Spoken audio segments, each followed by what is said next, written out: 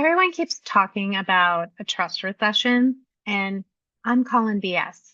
Your audience hasn't stopped trusting you, they've just gotten smarter. Hey, I'm 𝘄𝗵𝗿𝘁'. I'm a business astrologer and strategic advisor, and I help leaders and entrepreneurs make smarter decisions by understanding the timing behind their strategy. If you're selling, leading, or planning for 2026, this shift in buyer behavior matters because it's how people choose, commit, and invest. And it's changing in a big way.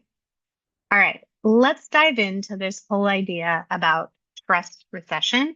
And I want to share with you my point of view on what's really happening and why smart, discerning buyers are shaking up the game and how you can adapt your 2026 strategy. So right before all the Black Friday madness, every time it seemed that I opened up my inbox, I saw it again. Somebody there talking about this so-called trust recession. And honestly, it got me riled up. I'm still riled up.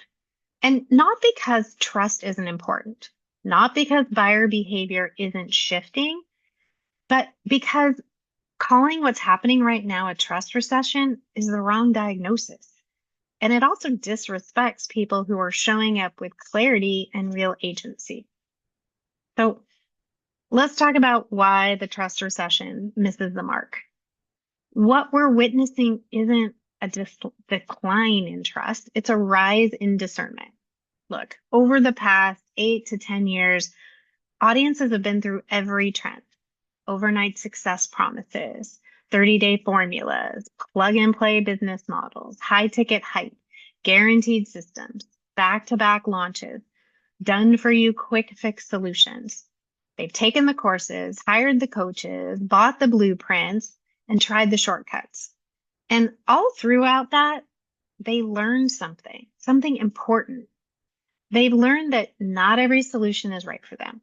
Not every coach is the right fit, and not every system lives up to its promise. My friends, that doesn't create a trust recession. That creates a smarter, more self-aware buyer.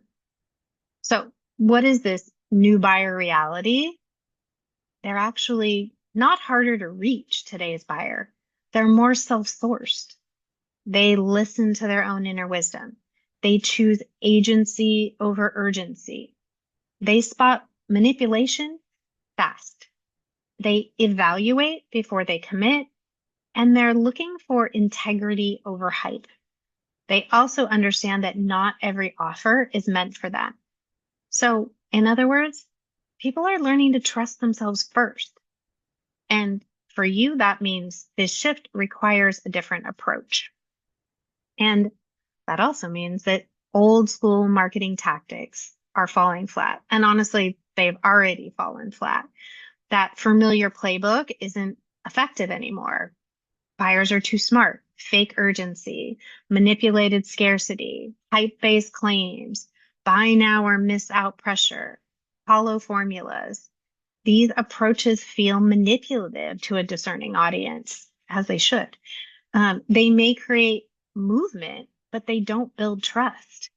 When buyers are evaluating everything based on their own wisdom, they're responding to clarity and timing, not pressure.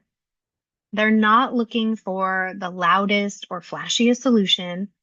They want one that feels right for them and will last beyond that initial dopamine hit of clicking purchase. So what does this shift mean for 2026? And actually, we've been in it for the majority of 2025 as well. So if you want to show up strong next year, your strategy needs to take this, what I'm calling wisdom evolution, into account. So here's what that looks like. I hate to say it, but you can't volume your way into trust. You can't more emails, more posts. That's not how this works. Timing's going to matter more than hype. Clear, grounded messaging will outperform pressure every time. Offers need to honor where buyers truly are, and slow, sustainable growth is going to be more effective than forced growth. And this isn't a trend, this is a reset. So I've got lots more to say on this. So this is just part one in this 4-part series. So next in the series, in part 2, I'll break down what actually shifted in 2025, the timing patterns shaping 2026, and how buyer behavior is continuing to evolve. And therefore, what does that mean for your offers, launches, visibility? And I'll share with you also the strategic shifts that will help you stay ahead. So if you want to lead with clarity and intention in 2026, this is the conversation to follow. All right, my friends. And if you would like to get clear on your own timing for 2026, I have an invitation for you. I offer personalized insight instead of generic predictions. This is where astrology is so powerful. I have a couple of roadmap to results sessions left for December. And inside those sessions, they're super focused.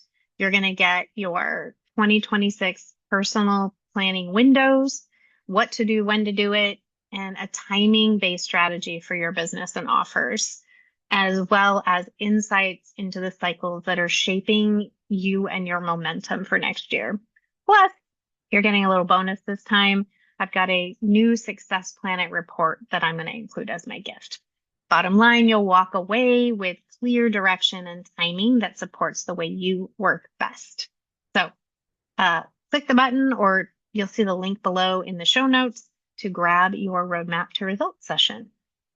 All right, friends, remember, a wise buyer requires a wiser approach. So stay tuned for part 2. We're going to dive deeper into exactly what that means and how you can apply it. I'll see you next time.